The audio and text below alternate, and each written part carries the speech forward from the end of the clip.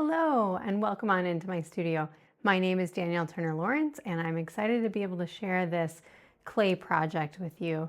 If you're new here, I love all things pottery and will share with you tips, tricks, and techniques for working with clay. So let's go ahead and get started. So we are going to be making this adorable little trinket dish, and I have found that this works really well to hold jewelry or at the nightstand or even next to your sink in the bathroom.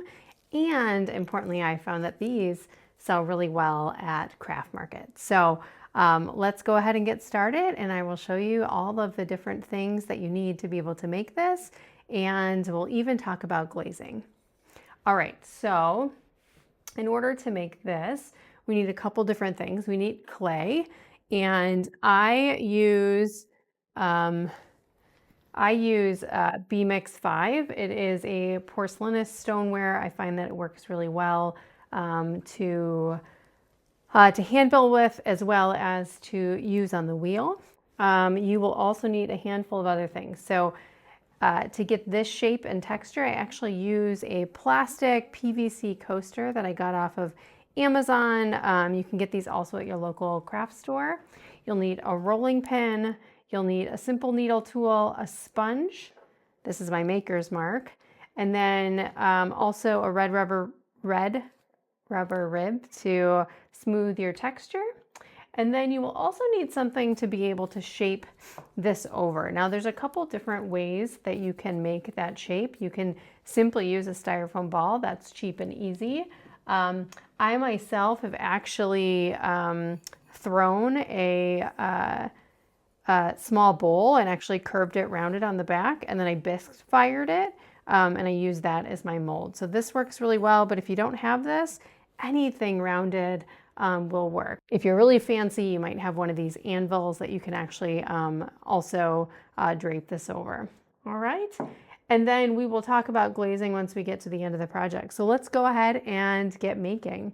So the first thing we're going to do, this is a little piece of clay, but you really don't need a lot. So this works really well if you have some extra clay from a hand building project, or maybe some extra clay that you have, not used at your throwing wheel, that you can just quickly roll one of these out. So this is about 1/4 of an inch that I use on my slab roller. I find that these dishes are a lot nicer when they're kind of a little bit thinner. So I'm actually going to roll this out. And keeping in mind when you roll your slab, you don't want your rolling pin to go off the back end so that you don't have areas that are uneven. All right, so probably getting this closer to about 1/8 of an inch. Again, I just find that thickness gives a little bit of a delicate look to the dish. So once you have that at the right thickness, I'm going to go ahead and just smooth it out a little bit again to make sure all those clay particles are aligned, and remove any warping that could happen by really compressing that clay. All right.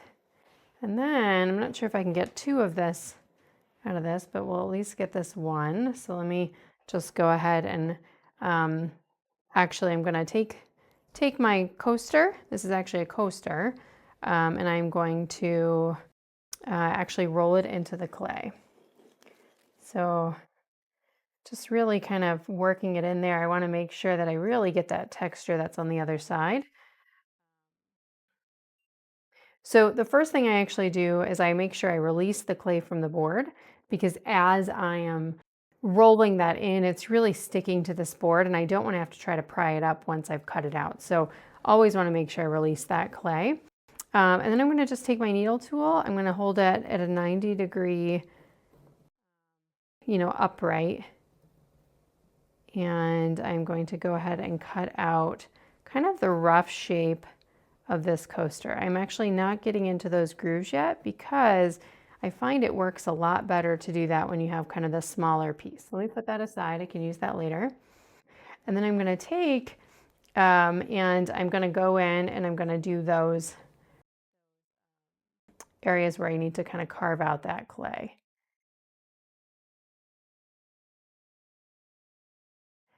So I can get all that out of there.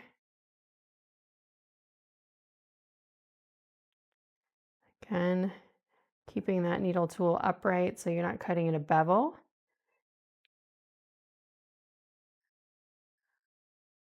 All right.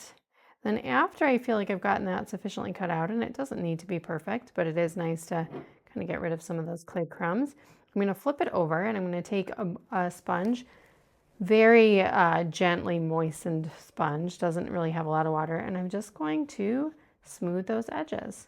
You can see how it kind of cleans that all up.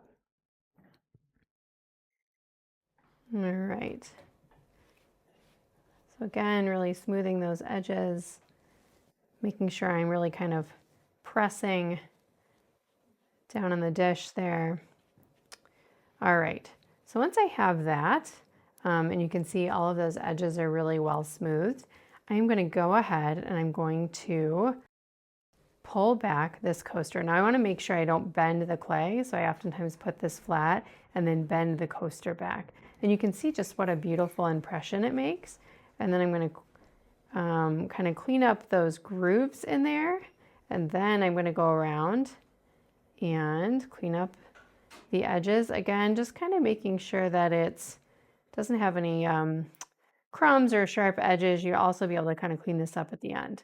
Okay, so once I have that, I'm going to take whatever it is I'm going to use to actually make this around. And I actually have one that I already was forming before I started the class. And so you can see basically I just curve it around this shape. So I'm going to go ahead and take this one off. Really simple to take it off. I'm literally going to flip it over, put it down, and then I oftentimes will even just spread this out just a little bit to give it that nice shape. And so let's go ahead and do that with this one as well. So I'm going to use my bisque form. Again, this is just made on the wheel, and I'm able to really, just round this off and really make it a nice form to be able to drape stuff on. So I'm going to go ahead and put this on here. I use 2 hands, and I really just turn and press, and really shape this on here. And then I'm going to take my sponge, and I'm actually going to just do a little compression right on the bisque form. Now again, you could be doing this on a styrofoam ball. You don't need to have made this bisque form, but I actually do find that it's nice to have a bunch of these different sizes in my studio. So that really sets up there. I'm going to go ahead and add my maker's mark, which apparently is right in front of me. So I'm going to go add that there, and then we will let this set up, and I will flip it out just like this one in a little bit here. This one in particular actually is in the really greenware stage. It's dry, so you can see that they do shrink a little bit in terms of what that looks like. So let's talk just a little bit about glazing. So the first thing that happens after this completely sets up and dries is that I actually usually will use a little bit of a moist sponge and kind of clean off any rougher edges before this goes into a bisque fire. I bisque fire this at 04 in a bisque kiln. And then once I get that out of the kiln, I will actually add some wax resist onto this area so that I can then add glaze. And I have a couple different glazes that I really like to use that work well with this.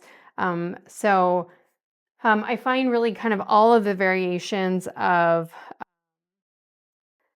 greens that Amico makes in their Celadon line works really well. So probably my favorite, the one that really always sells the most, is this Rainforest C49 from Amico. I use 3 coats of that. Also a fan favorite of mine is the Amico C22, which is Fog. Aqua C40, which is this color right here. I really like a lot. And then if you really want kind of a true sort of more leaf green, I find that C47, which is the jade, works really well. So 3 coats on that, put it in the kiln, and you will have this adorable little trinket dish that just works so well to kind of hold your prized possessions. And like I said, it's a great seller at craft markets. So make a handful of these. Tell me what you think. I find them really fun to make. So hope you enjoyed this. Check out my other videos, and we'll see you next time.